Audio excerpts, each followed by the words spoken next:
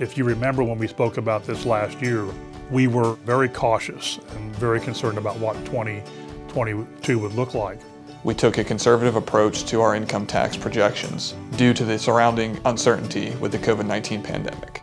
I'm happy to say that the dire predictions of what would happen didn't come true.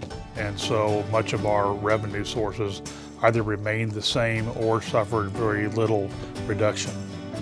We are projecting that our general fund reserve will end at about $9.1 million, allowing us to continue to maintain our 20% reserve.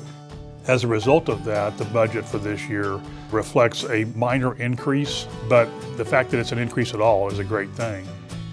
I'm very proud to present this budget because it does represent, once again, another balanced budget. If you think back now, we go back to 2016, my first term was all about getting our feet back under us, concentrating on public safety, both police and fire, repairing our IT infrastructure, getting those things taken care of. Now we're investing in the long-term health of our city. We've been doing a kind of piece-by-piece remodel of this entire building. So we've become more energy efficient in this building. But more importantly is that people who are coming into the city and they need to make a change, whether it's a permit or whether it's pay a water bill, whatever it may be, only have to come to one building. We are intentionally spending and investing some more money in the Parks Department. Community Park is going to become the focus park for the city of Lawrence. We host 2 soccer tournaments there twice a year, in which over 600 teams participate. It's a lot of people coming into the city of Lawrence. So you want to present your best foot forward. The badly needed repaving of Community Park will take place in 2022. The roof of the Stair Center, it's lived its life. We hope to be able to replace with a more modern product, but still have the architectural appeal that it was built with. We'll be putting in pickleball courts on Lee Road Park. And one initiative right now that's kind of a small one, but it's kind of a big deal, is we're going to devote several acres in our parks to improve the survivability of the monarch butterfly. With the coronavirus pandemic adversely affecting our tax revenues, we were not able to do as much paving this year compared to the previous years. We are planning to do a lot more as part of the 2022 budget so that we can fix a lot more streets next year and make the city look good. We're using Community Crossroads grants to help us fund our street repairs. We're doing a lot more strip patching. Our fleet is getting a lot better. It's nice to say now that our oldest truck is a 2017.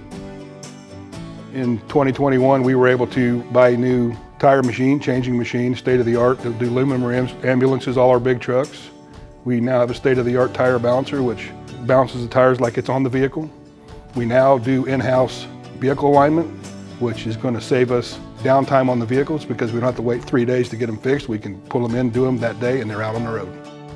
The proposed budget for 2022 is going to allow the men and women of the Lawrence Police Department to continue to deliver professional services to our citizens, to renew our contract for our body-worn cameras, to maintain and actually improve our fleet of police vehicles, and finally it allows for a compensation package for our employees so that we can recruit and retain the best and brightest employees. It's a very competitive market right now in law enforcement in terms of hiring.